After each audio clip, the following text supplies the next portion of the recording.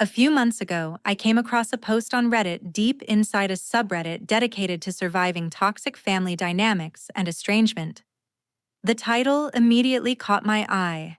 AITA, for letting my mother sign a contract that legally destroyed our family empire. Right beneath that title, the engagement metrics glared back at me from the screen. 18,400 upvotes, 3,200 comments. I sat with that post for a whole evening. I read through the paragraphs of cold, calculated survival, and I scrolled through thousands of replies from strangers who understood her exact brand of pain. This story stayed with me for days after I closed the app. It was a masterclass in reclaiming your worth from people who swore you had none. So today, I want to retell it. I want to tell it in my own way, slower, fuller, digging into the quiet moments between the lines so that anyone going through something similar knows they are not alone in the dark. I've changed names, locations, and many identifying details to protect the privacy of the poster and everyone involved in this story. Some moments have been adapted for storytelling purposes, but the emotional core remains entirely untouched. Before we begin, I want to ask you for one small thing. If you've ever felt invisible in your own family, type the word "here" below. No explanation needed. Just that one word. I read every single one, and I want to know how many of us are sitting together tonight. Let's begin. In this video, I'll call her Maya Vance. My name is Maya Vance. I'm 35 years old. 9 years ago, my mother banned me from my grandfather's funeral. Tonight, I stood in front of Seattle's elite, looked her in the eyes, and legally fired her from her own empire. That is the end of the story. But the beginning tastes like wet earth and cold defeat. It was a Tuesday afternoon. The Seattle rain was coming down in relentless, freezing sheets. It was the kind of bitter weather that cuts right through your clothes and settles deep in your bones. I stood outside the wrought iron gates of the Oakwood Cemetery completely alone. Through the black metal bars, I could see the dark umbrellas clustered around my grandfather's grave. My fingers gripped the freezing metal of the gate. My black dress was soaked through. The wet fabric clung to my freezing skin like a second layer of ice. In my other hand, my phone cast a pale blue light against the gloom, the obituary glowing on the wet screen. A private security guard stepped out from the warm guardhouse. He didn't carry an umbrella. He just looked at me with a mixture of professional pity and strict instruction. "I'm sorry, Miss Vance," he said, his voice barely cutting through the sound of the rain hammering against the metal roof. "Your mother gave explicit orders." I stared at him. "It's my grandfather." He shifted his weight awkwardly. "Leo is distressed. Your presence will just distract him. Go home, Maya." I didn't scream. I didn't cry. I just stood there as the pale blue light of my phone screen timed out, plunging me into the gray dusk. My trembling hand reached up to my collar. My fingers unconsciously curled around the small brass key I kept threaded on a chain beneath my wet shirt. It was a trinket. A heavy, meaningless piece of junk my grandfather had given me years ago.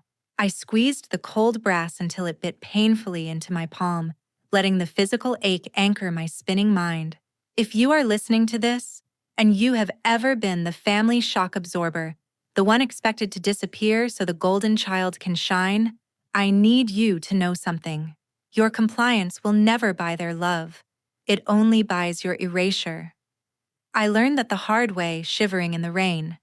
My mother claimed my presence would ruin the funeral, but the truth was, she was terrified of what I might find in the estate's ledgers.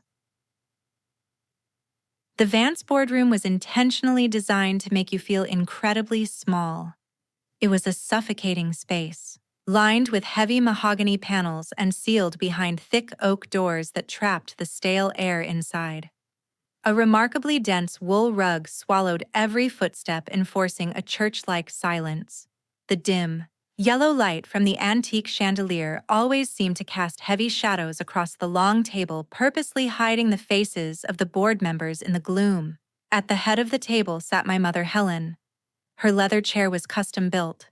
It was exactly 5 centimeters higher than everyone else's. When she looked at you, she was always looking down. The thick air around her was saturated with a sharp, aggressive floral perfume, a scent that coated the back of your throat and demanded absolute submission. "You are focusing on the wrong metrics," Helen said. Her voice was soft but laced with absolute venom. She didn't even look at my logistics presentation.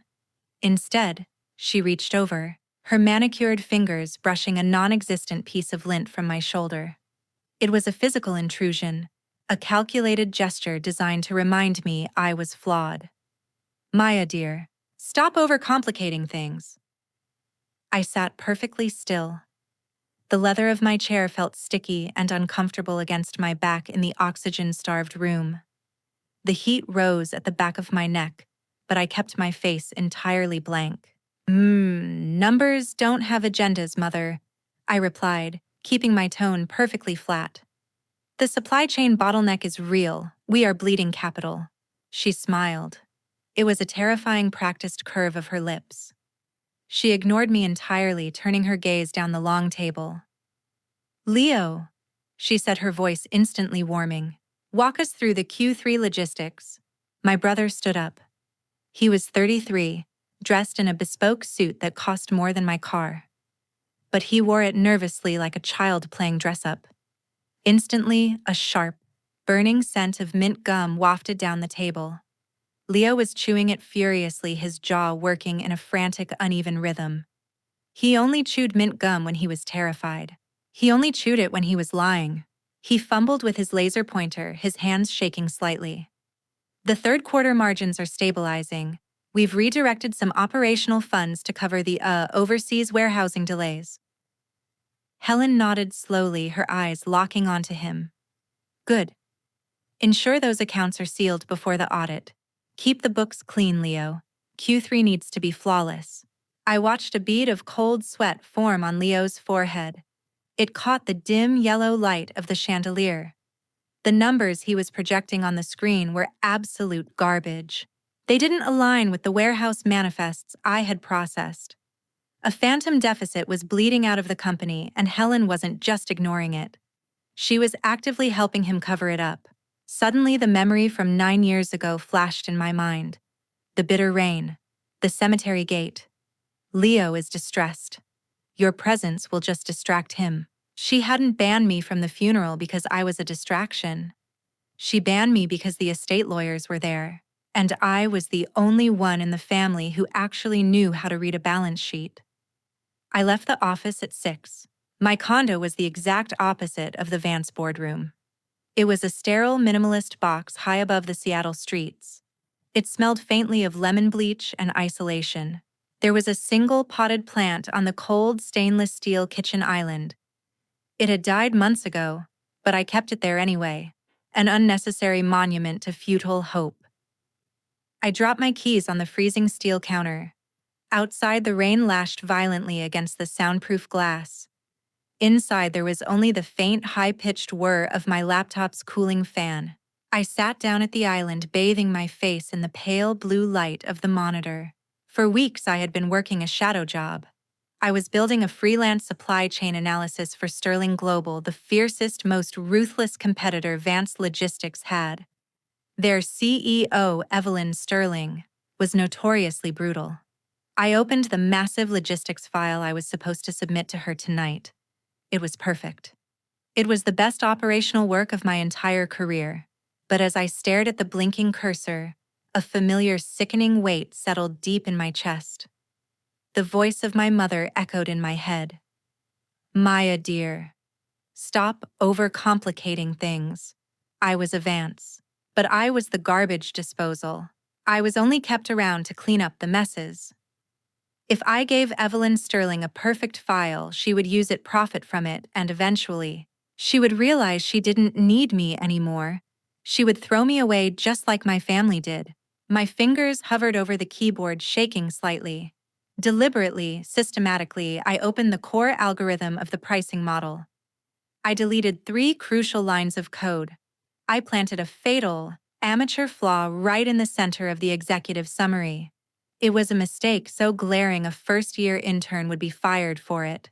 I clicked save, I hit send.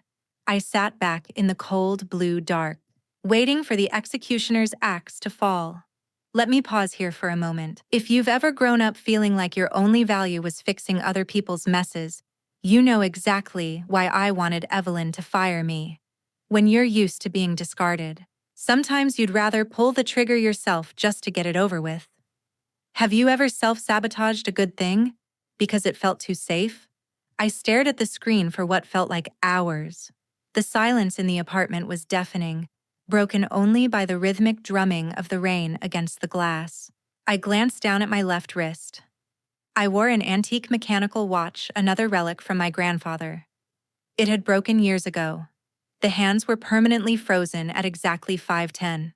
I touched the cracked glass face, feeling the cold metal against my skin, counting the agonizing seconds in my head. A notification chimed sharply in the quiet room. An email from Evelyn Sterling. Just 2 sentences.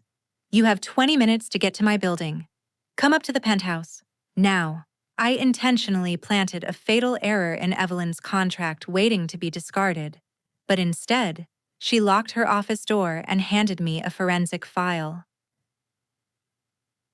Evelyn Sterling's penthouse office was a terrifying expanse of absolute transparency. Stepping out of the private elevator, I was immediately hit by the blinding natural light pouring in through the panoramic floor-to-ceiling windows.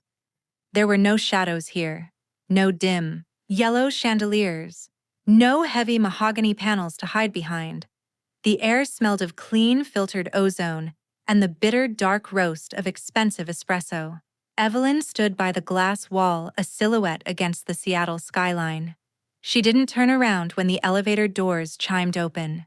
The only sound in the cavernous room was the sharp, rhythmic click of her stilettos against the polished marble floor as she finally turned to face me. She walked over to her flawlessly smooth glass desk and picked up the printed logistics file I had sent her.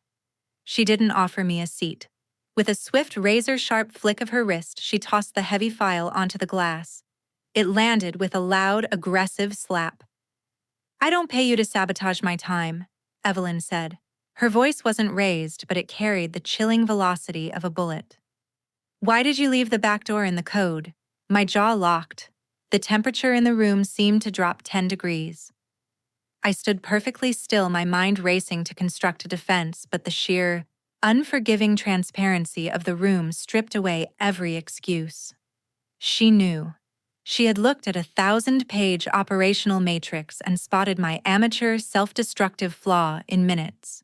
My fingers drifted upward, tracing the line of my collar until they found the cold, heavy brass key resting against my collarbone. I pressed the metal into my skin, the faint, metallic clink offering a tiny anchor in the blinding room. Evelyn stepped closer, her eyes narrowing. "You have the most ruthless analytical mind I've seen in a decade, Maya. But you operate like a beaten dog. You intentionally left a flaw because you wanted me to fire you before I could steal from you." She paused, her gaze dropping to my wrist. "What time is it?" I blinked, thrown off by the sudden shift. I glanced down at my grandfather's antique watch. The cracked glass face stared back at me, the hands permanently frozen.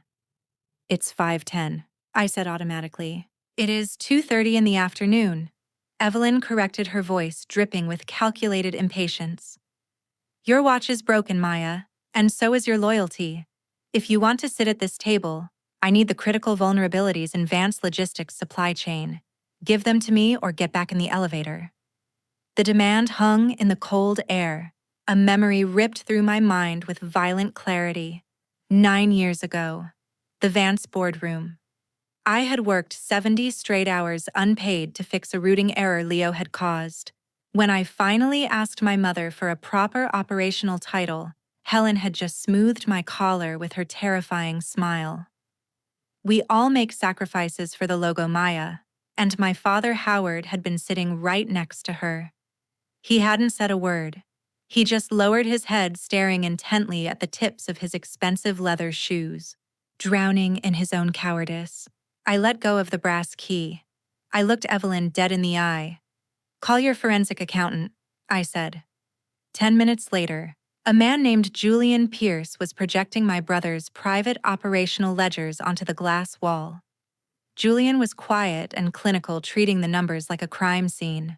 "Oh, right here," Julian said, tapping a line of code buried deep in the third quarter manifests. "Every time your brother authorizes a cross-border freight transfer, a micro percentage is shaved off the top. It's routed through an automated backdoor into a ghost company registered in Delaware." I stared at the glowing numbers. The room went dead silent. Leo wasn't just fumbling the margins. He wasn't just an incompetent golden child playing executive. He was actively siphoning corporate funds into a black hole, bleeding the family empire dry bite by bite. The audit revealed Leo wasn't just incompetent. He was embezzling millions to pay off syndicates, and my mother was draining our legacy to cover his tracks. The phantom ledger painted a grotesque picture. I sat next to Julian in the blinding light of Evelyn's penthouse, tracking the money trail. My eyes burned from staring at the glowing data lines, but I couldn't look away. "The ghost company doesn't hold the cash," Julian murmured, his fingers flying across the keyboard. "It immediately disperses it. But look at this anomaly. 9 years ago, right around the time your grandfather passed, there was a massive isolated legal expenditure. It was flagged as an external audit fee, but the receiving entity is an anonymous trust." I leaned closer to the glass. The date of the transaction matched the week of my grandfather's funeral, the week I was locked out in the rain. "Can you trace the physical holding of that trust?" I asked, my voice tight. Julian ran the sequence. A minute later, an address popped up on the screen. It wasn't a law firm. It wasn't a bank. It was the subterranean vault beneath the Glasshouse Pavilion, the most exclusive, heavily fortified corporate conference center in downtown Seattle. My grandfather hadn't just left money. He had left a proxy trust, a legal instrument of absolute control. And Helen had buried it in the one place she knew I could never reach. I pulled up the security protocols for the Glasshouse on my phone. The facility was an absolute fortress. For their high-tier corporate events, entry required a biometric QR code tied directly to an approved guest list. I typed my name into their public registry checker. A red error message flashed instantly. "Individual permanently blacklisted." Helen had locked me out of the system entirely. My hope evaporated, leaving behind a cold, hollow ache. The weapon I needed to destroy them was sitting in a vault beneath a glass castle, and I was entirely locked out. Let me pause here for a moment. It's a terrifying moment when you realize the people who were supposed to protect you didn't just fail, they actively engineered your downfall to protect someone else. If you've ever discovered that your family's narrative about you was a lie designed to hide their own sins, drop a yes in the comments. I didn't sleep that night. By the time I walked into the Vance boardroom the next afternoon, the Seattle rain had turned the city into a muggy, suffocating greenhouse. The boardroom was stifling. The heavy mahogany walls seemed to close in around the long table. The antique chandelier cast its usual sickly yellow light over the room. At the head of the table, Leo was holding court, looking incredibly pleased with himself as he presented the revised Q3 projections. I sat quietly near the back, my face an unreadable mask. The heat at the back of my neck was intense, fueled by the adrenaline pounding in my veins. "As you can see," Leo boasted, clicking his laser pointer against the screen, "we've optimized the overseas freight routes. The temporary deficit has been completely neutralized." "Gimme." He popped a piece of mint gum into his mouth and began to chew. I waited until he paused to take a breath. Without a word, I slid a thin, unmarked manila folder across the polished wood of the table. It glided silently, stopping exactly an inch from his left hand. Leo frowned. He picked it up and flipped it open. It was a single sheet of paper. It contained the exact offshore routing numbers Julian had uncovered, cross-referenced with a discrepancy report from the very warehouses Leo claimed to have optimized. It was entirely anonymous. There was no note, just raw, undeniable proof of his theft. I watched him read it. First, the color drained entirely from his face. leaving his skin a sickly ashen gray. Then his jaw clamped shut. The rhythmic chewing of his gum accelerated into a frantic, panicked grinding. The sharp, burning scent of peppermint instantly wafted down the table, cutting through the stale air and Helen's heavy floral perfume. A thick bead of cold sweat formed at his temple. It caught the dim yellow light of the chandelier as it rolled down the side of his face. He swallowed hard, his hands trembling so violently that the folder rattled against the mahogany wood. "Is there a problem, Leo?" Helen asked, her voice sharp. "No," Leo choked out, quickly shoving the folder under his legal pad. "No, just a minor clerical note. Nothing important." He looked terrified. He looked like a deer trapped in the headlights of an oncoming truck. And for the first time in my life, I was the one behind the wheel. I reached up under my collar and pressed my fingers against the cold brass key. I didn't say a word. I just sat in the suffocating heat of the boardroom and watched him slowly bleed out from the inside. He was breaking. But the final blow required the paperwork locked beneath the city. I finally located the physical proxy trust, but extracting it meant I had to infiltrate the one place I was permanently banned from the Glass House Pavilion. The silence in my condo that night was absolute. The rain had stopped, leaving the Seattle skyline glittering like scattered diamonds against the black glass of my windows. But inside, it was just me, the harsh blue glare of my monitor and the rhythmic, high-pitched whir of my laptop's cooling fan. I sat at the cold stainless steel kitchen island surrounded by 9 years of digital ledgers. The faint scent of lemon bleach hung in the air, sterile and unforgiving. I didn't open the files to look at Leo's theft. I opened them to calculate my own. For hours, I color-coded every unpaid overtime shift, every weekend I had spent fixing Leo's catastrophic errors, every bonus Helen had promised, and then mysteriously reallocated to family expenses. The spreadsheet grew row by row, painting a horrifying picture of my 20s. I had always told myself I was sacrificing for the family, that if I just worked hard enough, if I was just useful enough, they would eventually see my value. But looking at the brutal, unfeeling math on the screen, the delusion finally shattered. It wasn't a sacrifice.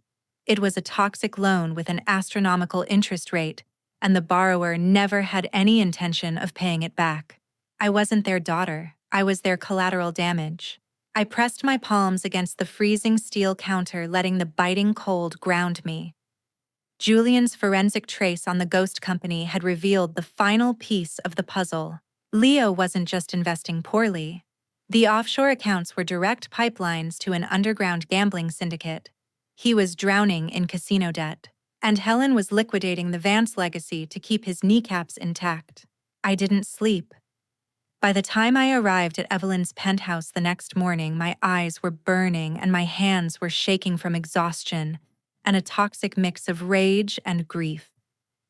I walked into the blinding natural light of her office and dropped the USB drive containing the syndicate proof onto her flawless glass desk.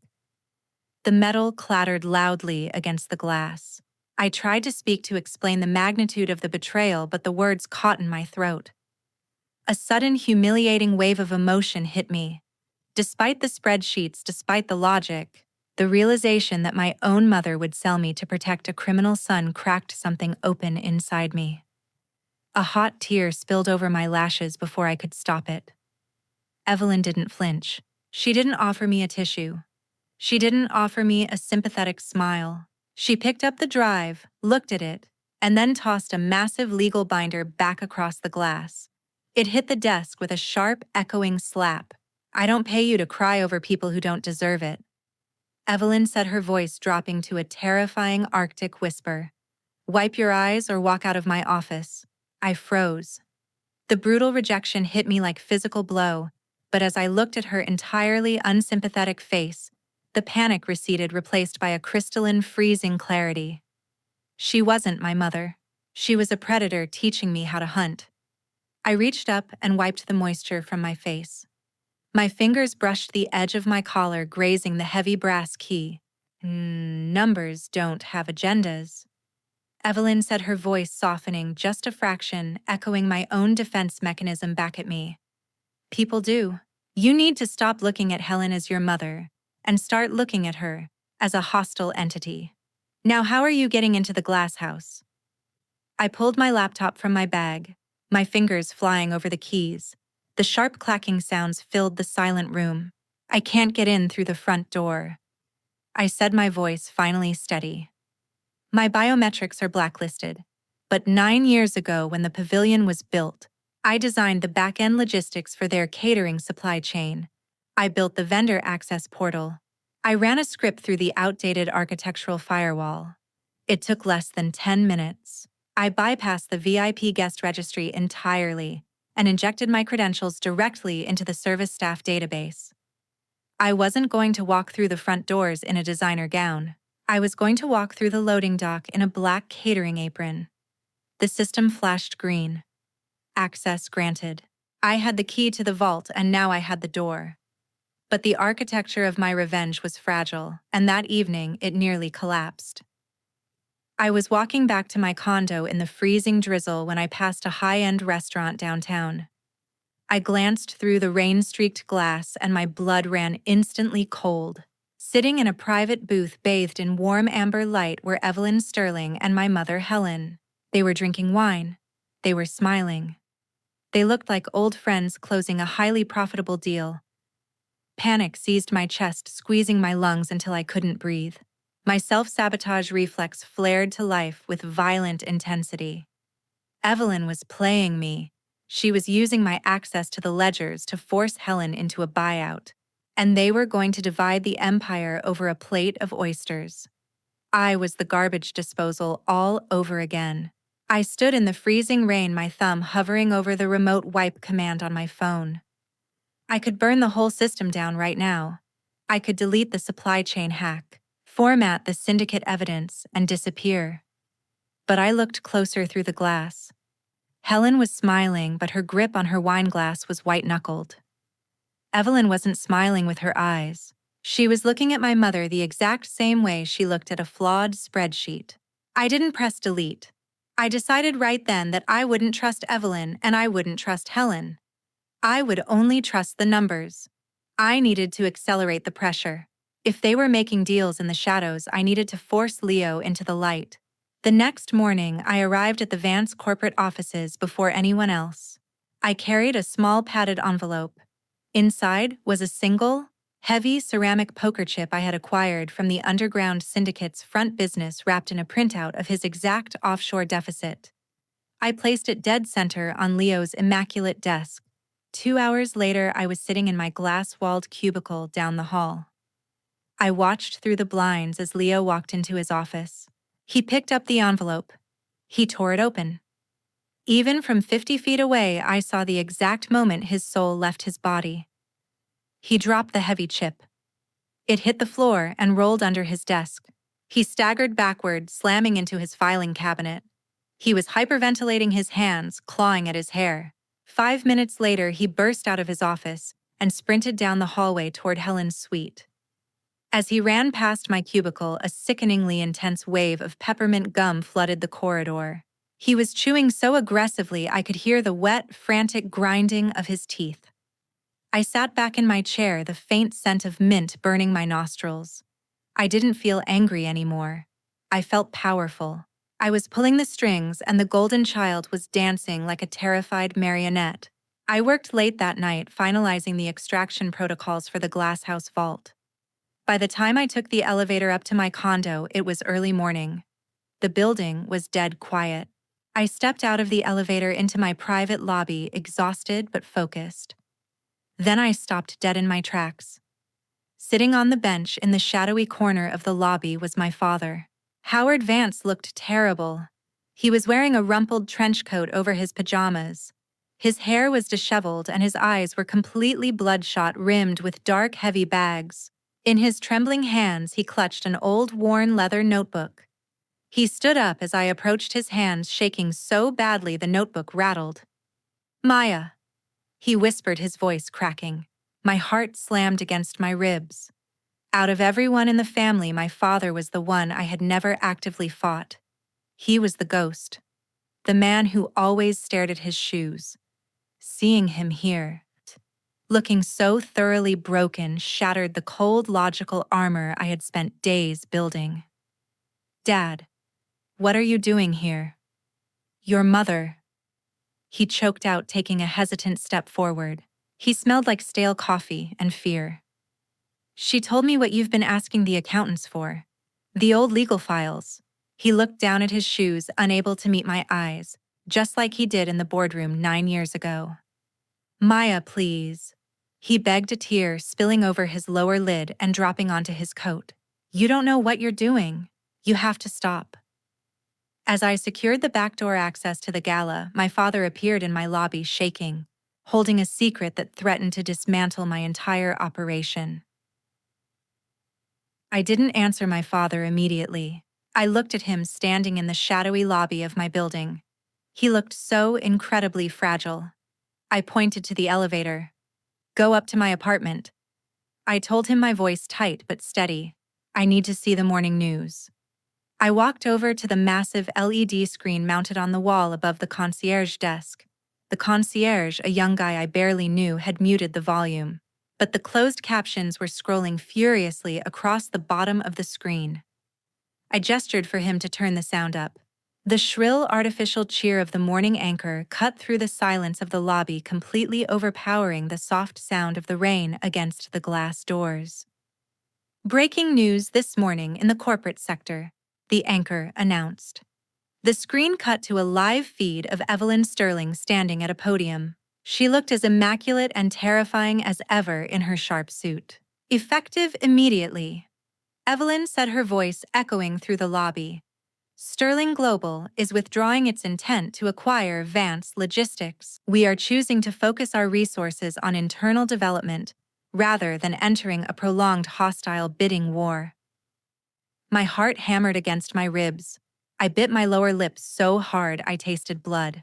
The betrayal burned like battery acid in my chest. She had actually done it. She had used the intelligence I provided, leveraged it to force Helen to the table, and then walked away the moment she got whatever she wanted. I had handed her the knife to cut my family out, and she had just handed it right back to my mother. The screen cut from Evelyn's press conference to a recorded interview with Helen. My mother was sitting in her office looking triumphant. The lighting was perfect. Her hair was immaculate. She smiled directly into the camera, a smile that was so full of self-satisfied arrogance, it made my stomach turn. "The Vance legacy stands tall," Helen declared smoothly, her voice a practiced purr of confidence. "We all make sacrifices for the logo, and our family has never been stronger." I stared at her face on the screen. She thought she had won. She thought she had successfully buried Leo's massive debt and outmaneuvered Evelyn Sterling. I looked down at my wrist, seeking the familiar anchor of my grandfather's watch. The hands were permanently frozen. 5:10. A sudden chilling realization hit me. I stared at the frozen numbers. Evelyn hadn't betrayed me. This wasn't a surrender. It was a calculated retreat. It was a bull trap. She was deliberately stepping back to let Helen revel in her false victory, to let her walk into the Glasshouse Pavilion tonight completely unarmed and wildly overconfident. Evelyn was clearing the board so that I could be the only one standing when the axe fell. Let me pause here for a moment. We talk a lot about the toxic parent who inflicts the pain. But rarely do we talk about the silent enabler, the one who stands by, watches it happen, and then asks you to keep the peace. Have you ever had to set a boundary with someone who loved you but not enough to defend you? I turned away from the massive screen. The artificial light had been practically searing my retinas. But as I stepped back into the shadows of the lobby, a deep, settling calm washed over me. I walked toward the elevator. Howard was waiting for me upstairs. I unlocked the door to my condo. It still smelled faintly of lemon bleach and the sour, acidic tang of a cup of black coffee I had left on the counter the day before. Howard was sitting on the edge of my pristine sofa. He looked entirely out of place in the sterile room. He was clutching the old leather notebook against his chest like a shield. "Did you see the news?" I asked, my voice completely devoid of emotion. He nodded slowly. Your mother.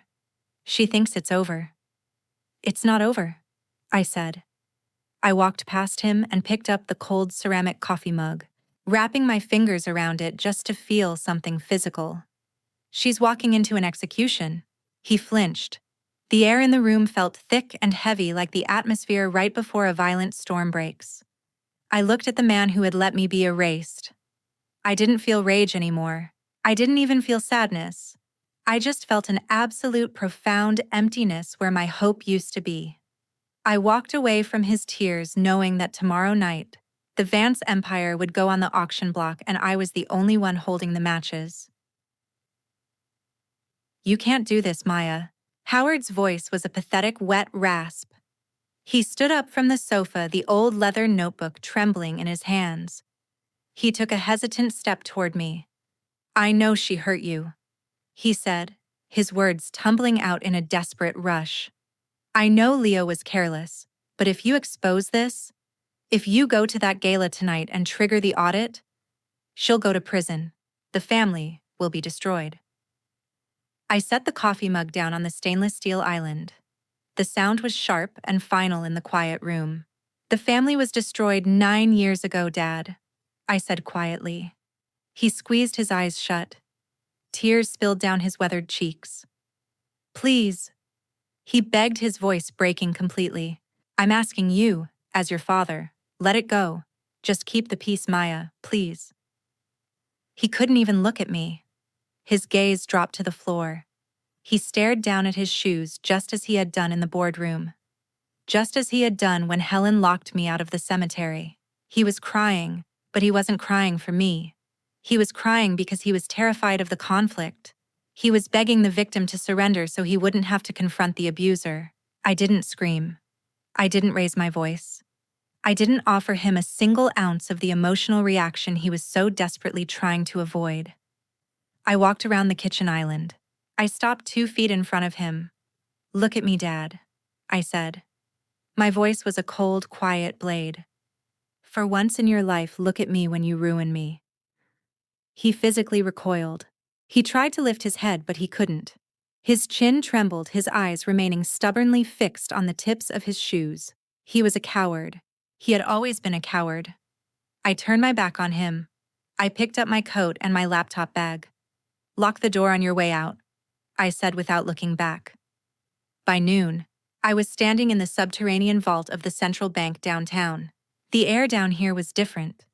It was entirely sterile, heavily filtered and chilled to exactly 65 degrees.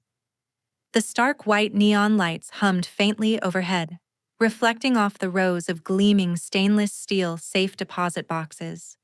It smelled like old metal and dust that had been trapped for a decade. Julian Pierce stood next to me. He held a tablet, his eyes scanning the biometric readout. The trust documents are in box 814. Julian said, his voice hushed in the cavernous space. But there's a problem. Helen was the executor until you turned 35. She knew the box existed, but she could never access it. Why not? I asked, staring at the polished metal door of box 814. It's dual authentication, Julian explained. It requires her biometric scan, which we bypassed with the court order Evelyn secured. But it also requires the original physical master key, not a copy. The original. I froze. The humming of the neon lights suddenly seemed deafening. My grandfather's final words, spoken to me days before he died, echoed through the chill air of the vault. Don't trust the boardroom. Trust what's in the box. I slowly reached up to my collar. My fingers found the heavy brass key hidden beneath my shirt. I had worn it every single day for 9 years. Helen had thought it was just a pathetic, sentimental trinket. She had spent a decade trying to find a way into this vault, never realizing the key was hanging around my neck. I unclasped the chain. The metal felt shockingly cold against my palm. I stepped forward and slid the brass key into the lock of box 814. It slid in perfectly. I turned it. There was a heavy, satisfying click, that echoed loudly through the silent vault. I pulled the metal drawer out. Inside, resting on the velvet lining, was a thick manila envelope. I pulled it out and opened the flap. The first document was the proxy trust. It was exactly what Julian had suspected. Upon my 35th birthday, controlling interest of Vance Logistics, exactly 51% of the voting shares transferred directly to me. But there was something else inside the envelope. A small piece of thick cream-colored stationery fluttered to the ground. I picked it up. The handwriting was my grandfather's, sharp and elegant. Maya, the note read, "Helen will try to sell this company the moment I am gone. She only cares about the logo, never the legacy. I am giving you the power to stop her. Use it when you are ready. Use it without mercy." Helen hadn't just banned me from the funeral to protect Leo. She had banned me because she knew my grandfather loved me more than her. She knew he had given me the keys to the kingdom, and she had spent 9 years trying to make me feel so worthless that I would never dare to claim them. I folded the documents carefully and slid them into the inside pocket of my coat. "Do you have everything you need?" Julian asked quietly. "Yes," I said. The coldness in my chest had hardened into something completely unbreakable. I turned and walked out of the vault, heading straight for the glasshouse pavilion. The safety deposit box didn't just contain the controlling shares. It held a handwritten note from my grandfather that changed everything I thought I knew about my mother. The glasshouse pavilion was a monument to Seattle's elite. It was a massive, sweeping structure built entirely of reinforced glass and steel, suspended over the waterfront. Tonight, it was lit up like a jewel box. The air inside the main hall was incredibly dense. It smelled of spilled champagne, the aggressive, spicy scent of white freesias, and the radiating heat of 300 bodies packed into designer suits and silk gowns. I moved silently along the perimeter of the room. I was wearing the black starched apron of the catering staff, carrying a tray of empty crystal flutes. No one looked at me. To them, I was entirely invisible. I watched the crowd from the shadows. The board of directors, the major shareholders, the city's political elite. They were all here, sipping champagne and waiting for the official announcement that Vance Logistics was stronger than ever. At the center of the room near the stage, Helen was holding court. She was wearing a stunning emerald gown, laughing softly at a joke a senator had just made. At 8 o'clock precisely, the lights dimmed. A single blindingly bright spotlight hit the stage. Leo practically sprinted up the stairs to the microphone. He looked awful. His bespoke suit couldn't hide the fact that he was sweating profusely. He gripped the edges of the podium so hard his knuckles were white. "Thank you all for coming." Leo started, his voice amplified across the massive room. Immediately, a sharp, piercing sound cut through the speakers. It was a high-pitched feedback whine, followed instantly by the wet, frantic sound of grinding teeth. He was chewing his mint gum right into the microphone. A murmur of confusion rippled through the elegant crowd. "As you know," Leo stammered, pulling at his collar, "we are here to celebrate 30 years of Vance Logistics and to assure our shareholders that our Q4 cash flow is entirely stable. The recent restructuring of our overseas assets has secured our liquidity." He was crumbling in real time. The crowd could smell the fear on him. He was staring blindly out into the audience, but I knew what he was seeing. He was seeing the ceramic casino chip I had left on his desk. He was seeing the syndicate closing in. Helen realized he was breaking. She moved with terrifying speed. She swept past the VIP tables and glided up the stairs to the stage, her emerald gown catching the spotlight. She physically pushed Leo aside, grabbing the microphone with a serene, practiced smile. "What my son means to say," Helen announced, her voice smooth and unbothered, "is that Vance Logistics is preparing for an unprecedented expansion. We have finalized the paperwork this evening to restructure our core holdings." She gestured to the side of the stage. The lead corporate attorney stepped forward, carrying a thick leather folio. He opened it. revealing the contract that would sell off the most valuable assets of the company to cover Leo's gambling debts. Helen reached into her clutch and pulled out a gold fountain pen. I set my tray down on a nearby table.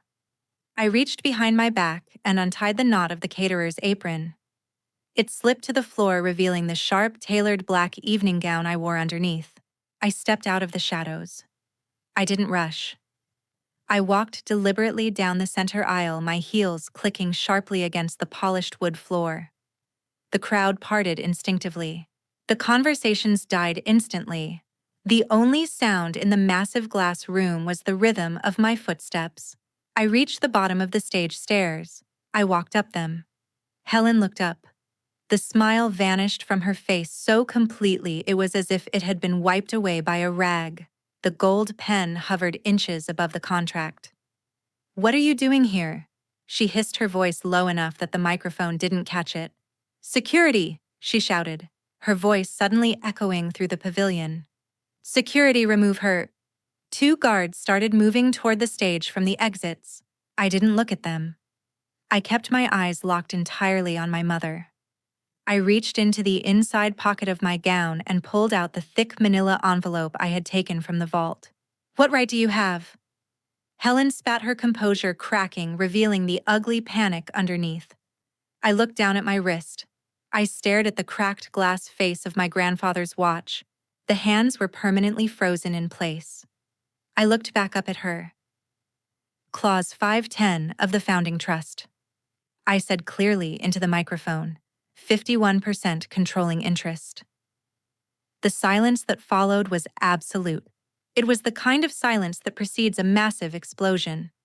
300 people stopped breathing at exactly the same time. Helen staggered back a half step. Her face turned the color of ash. "That's a lie," she whispered. "He didn't. He wouldn't." She tried to recover. She turned back to the audience, tears suddenly springing to her eyes. It was a masterful performance. She clutched a hand to her chest, playing the victim with breathtaking speed. "Please!" Helen cried out to the crowd, her voice shaking with manufactured grief. "You must understand. My daughter has been deeply unwell for years. This is a family tragedy. She is trying to destroy the family she claims to love." She looked at me, her eyes pleading, begging me to play my assigned role, begging me to be the scapegoat and absorb her sins one last time so she could save her reputation. I didn't argue with her. I didn't defend myself. I just raised my hand and made a small, sharp gesture toward the back of the room. Julian Pierce was standing in the sound booth. He hit a button on his console. Instantly, the massive 3-story LED screens that lined the walls of the glass house flared to life. The screens didn't show the Vance Logistics logo. They showed the phantom ledgers. Every single transaction, every micro percentage shaved off the top. The routing numbers. The massive, crippling debts owed to the underground syndicate. The frantic, desperate transfers Helen had authorized to cover Leo's tracks. The numbers glowed brutally bright in the darkened room, exposing every lie, every theft, and every ounce of rot at the core of the empire. Helen stared at the screens, her mouth opening and closing in silent horror. The crowd erupted into chaos. Shareholders were shouting. Board members were furiously typing on their phones. I stepped closer to the podium. I looked at the woman who had locked me out in the rain, who had worked me to the bone, who had demanded I sacrifice my entire life to protect a criminal. "Mother numbers don't have agendas, but you do." I picked up the gold pen she had dropped on the podium. I capped it, slid it into my pocket, and turned to the stunned corporate attorney. "I veto the sale," I said. As I projected Leo's offshore debt onto the gala's massive screens, my mother's perfect facade shattered, but she still had one desperate, venomous card to play. The glasshouse pavilion descended into utter bedlam. Shareholders were shouting, pointing at the massive LED screens where Leo's offshore casino debts were still glowing brutally bright. Several board members were already speedwalking toward the exits, their phones pressed frantically to their ears. Leo was gone. He had literally sprinted off the back of the stage the moment the first routing number appeared, leaving Helen entirely alone. But Helen Vance didn't surrender. She pivoted. She abandoned the sobbing, victimized mother routine in a fraction of a second. Her face contorted into a mask of pure, vicious rage. She lunged forward, grabbing the microphone from the podium. "Security." Helen shrieked, her voice echoing shrilly over the panic of the crowd. "Lock the doors. Arrest her. She hacked the mainframe. This is corporate espionage. I want her arrested right now." Two of the pavilion's security guards actually hesitated, stepping toward me. The tension in the room spiked. Helen was bleeding out, but she was still trying to drag me down with her. Then, the sharp, unmistakable sound of a stiletto heel cracked against the polished wood floor. The heavy glass doors at the back of the pavilion swung open. The cold, damp night air rushed into the sweltering room, instantly blowing away the stagnant smell of spilled champagne and panicked sweat. Evelyn Sterling walked into the glass house. She moved with the slow, terrifying grace of a predator that had already won the hunt. The crowd instinctively parted for her. She walked straight down the center aisle, her eyes locked on my mother. Evelyn stopped at the base of the stage, standing right next to me. "You can't arrest her?" "Helen?" Evelyn said smoothly, her voice carrying easily through the sudden shocked silence of the room. "Because Maya didn't hack anything. She was operating under the direct authorization of Sterling Global." Helen gripped the edge of the podium. "You," she hissed, "you backed out of the acquisition. We had a deal." Evelyn smiled. It was the same cold, calculating smile she used when looking at a flawed spreadsheet. "We never had a deal," Evelyn corrected her gently. She reached into her tailored suit jacket and pulled out a thick, heavy stack of papers. The coarse, textured paper rustled loudly in the quiet room. "I withdrew from the public bidding war because I didn't want to buy Vance Logistics from the board. I wanted to buy it from the syndicates." Helen's eyes widened in dawning horror. "Your son was very careless," Evelyn continued, stepping up onto the first stair. "And those underground creditors were very eager to liquidate his markers for clean legal cash. Sterling Global just purchased every single debt the Vance family owes. I am your sole creditor, Helen. And I am calling the loans due. Tonight." Helen collapsed against the podium. The fight left her completely. She wasn't a CEO anymore. She was just a broke, terrified woman standing in a glass cage. I looked at Evelyn. She didn't come here to save me out of maternal affection. She came here because I had handed her the blueprint to buy my family's empire for pennies on the dollar. It was exactly what she had trained me to do. It was ruthless, flawless business. I turned back to Helen. I gave a small nod to the security guards she had just tried to weaponize against me. They stepped up onto the stage. They didn't grab me. They took Helen by the arms. "No." Helen whimpered as they began to physically pull her away from the podium. The humiliation broke her entirely. "Maya, please. You're a Vance. You're my daughter." I stood perfectly still as they dragged her past me toward the exit. The cold night air from the open door hit my face, bracing and absolute. I looked at the woman who had locked me out of my grandfather's funeral to protect a thief. "You're fired, Helen," I said, my voice dropping to a flat, Arctic calm. "Think of it as a sacrifice for the logo." They pulled her out the door. The heavy, reinforced glass swung shut behind her with a definitive, echoing slam. Let me pause here for a moment. People will tell you that revenge doesn't heal you. And they're right. But taking back your power isn't revenge. It's a rescue mission for the person you used to be. You don't have to forgive them to be free. You just have to stop hoping they'll change. That was the final irony of the night. She ordered the board to arrest me for corporate espionage, completely unaware that Evelyn Sterling had just purchased every single debt the Vance family owed. The next morning, my condo felt entirely different. I had opened all the windows. The sterile smell of lemon bleach was completely gone, replaced by the rich, warm scent of freshly brewed dark roast coffee. A cool morning breeze blew in off the sound, gently rustling the pages of the financial newspaper I had left on the kitchen island. The morning sun poured through the glass, casting a brilliant, warm, golden light across the room. It touched my skin, thawing the coldness I had carried for 9 years. I sat at the island, holding the warm ceramic mug in my hands. The television was on volume low. The anchor was reporting the complete bankruptcy filing of Helen and Leo Vance. They were facing federal investigations, massive asset seizures, and total social ruin. I watched the screen, waiting for the familiar surge of anger or the sudden vindictive rush of triumph. But I didn't feel either. I just felt incredibly, profoundly light. My family weren't monsters. They weren't evil masterminds. They were just terrified, hollow people who worshipped an illusion. They chose to feed me to the wolves so they could pretend they were safe. And my only real mistake, the only fatal flaw in my own code, was believing they had the right to determine my value. I closed my laptop. The ledgers were finally clean. To truly be free, you don't just walk away. You have to actively execute the hope that they will ever change. You have to mourn the parents you deserved and brutally accept the ones you actually got. Setting a boundary isn't an act of aggression. It is the ultimate act of survival. I didn't steal their empire. I just stopped letting them fund their delusions with my life. Numbers don't have agendas, but they do tell the truth. And the truth was, I never needed their permission to sit at the head of the table. I just needed to build my own. What was the moment you stopped trying to earn a seat at a table that was never meant for you? Let me know, I'll be reading.